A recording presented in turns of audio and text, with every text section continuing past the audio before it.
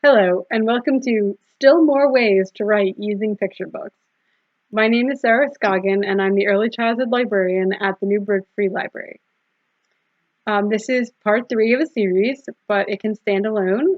I will link the previous videos up in the card. So we talk about many different ways you can use picture books as a springboard for writing. So let's take a look at some more. The first one is to take a book and write the next in a series. So this is Stanley's Garage by William B. And Stanley, our little friend here, has been many things. There's Stanley the builder, where he's a construction worker, Stanley the farmer, he's been a mailman, a mechanic, a cafe bakery owner. So you could say, well, what else could Stanley be? What could be the next in this series? He could be Stanley the banker or Stanley the librarian. And Stanley is pretty simple to draw. So you could draw your own story. You kind of, okay, what's the next in this series? You could work with any picture book and just continue it. That's related to my second way to write with picture books for this session. And that's instead of having the character go on a new and different adventure or a different direction, to continue a story that's already started. So this is McGoogan Moves the Mighty Rock by Dick Blackenbush. And it's the story of McGoogan here, and he has his companion in traveling the Talking Rock. So they go on various and sundry adventures in their time.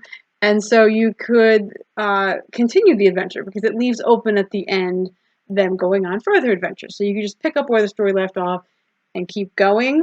What other adventures do they have?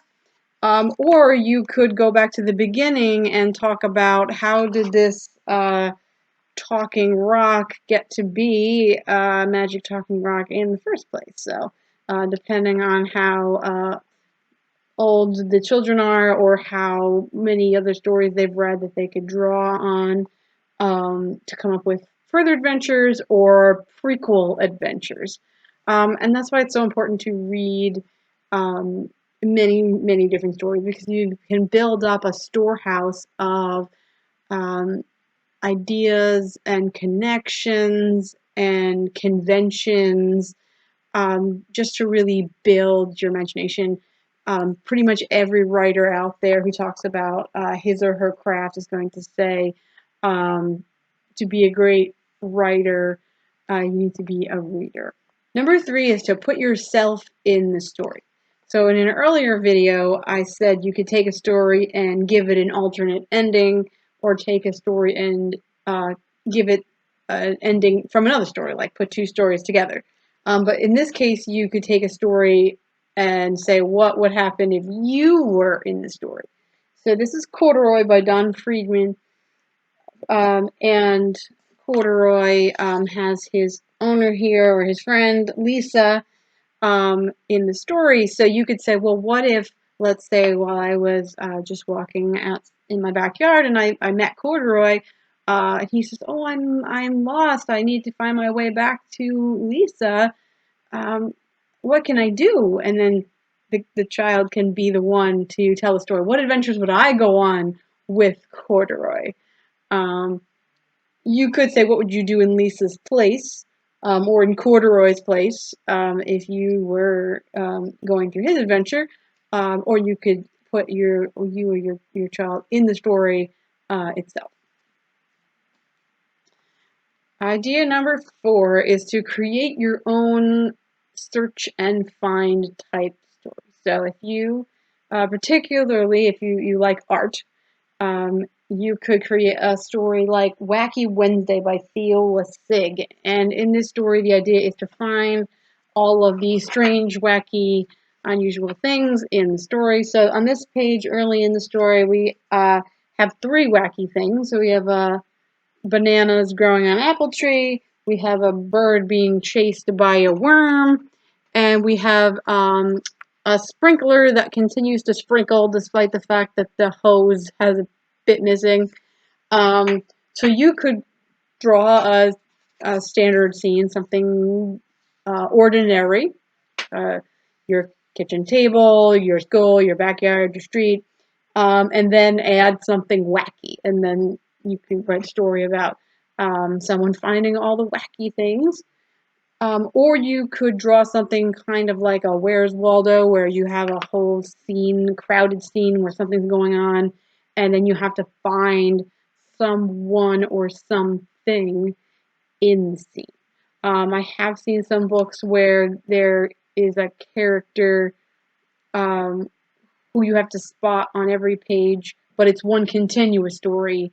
Unlike Where's Waldo, that's more like each page is its own thing. So if you like drawing, you could create your own spot and find.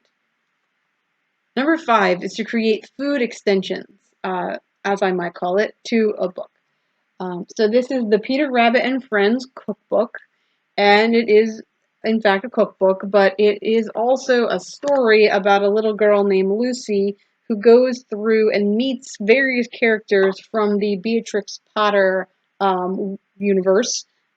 Beatrix Potter being the one who wrote Peter Rabbit and various stories. So she goes through and asks each one of those characters what he or she likes to eat, and then the recipe follows for that food. So Mopsy, Flopsy, and Cottontail's blackberry pudding, because in the story of Peter Rabbit, those 3 rabbits are going to pick berries. So you could take any story that has nothing necessarily to do with food, or if their food is mentioned in the story, you could have a character, either the character say, "What's your favorite food?" or have a character connect with a recipe. So if you have a recipe you like, you can start with the recipe and write a story to go along with that. For example, there's a folktale about Paul Bunyan and the enormous pancake. So you could write your own pancake story if you were having pancakes.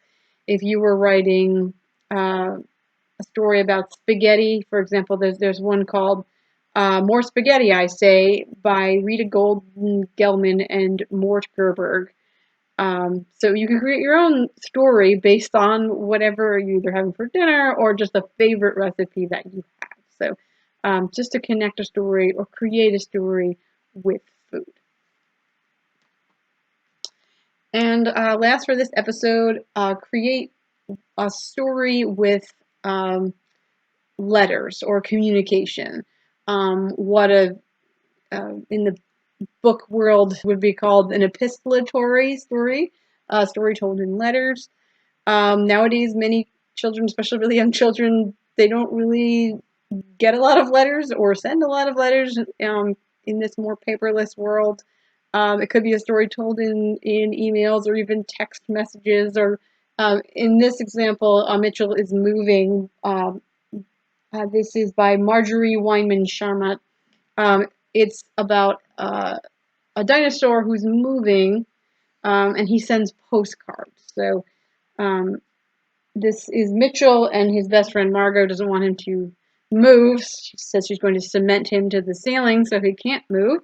But he's determined to move to a place 2 weeks away, wherever that is, when he finishes walking for 2 weeks. And so every day he sends her a postcard. He sends her more and more greetings every day that he walks, until he gets to 2 weeks away, and then he sends a letter to explain what it's like 2 weeks away. And the story continues from there. So you could have a story that's basically an imaginary trip, especially now when everyone is pausing in place to have an imaginary vacation or trip or adventure, especially if you have a map, because then you could put, pins or X's where you are imagining that you're going, and then one person could write a letter and say, "Oh, I'm here." You could research what would be there if I could see it, and then write a letter as if you're there, and you could create a story with these letters back and forth, or text messages, or whatever it is, travel journal. So to create a story as if you are on a trip or adventure. Thank you so much for watching, and hopefully I will see you next time. Thank you.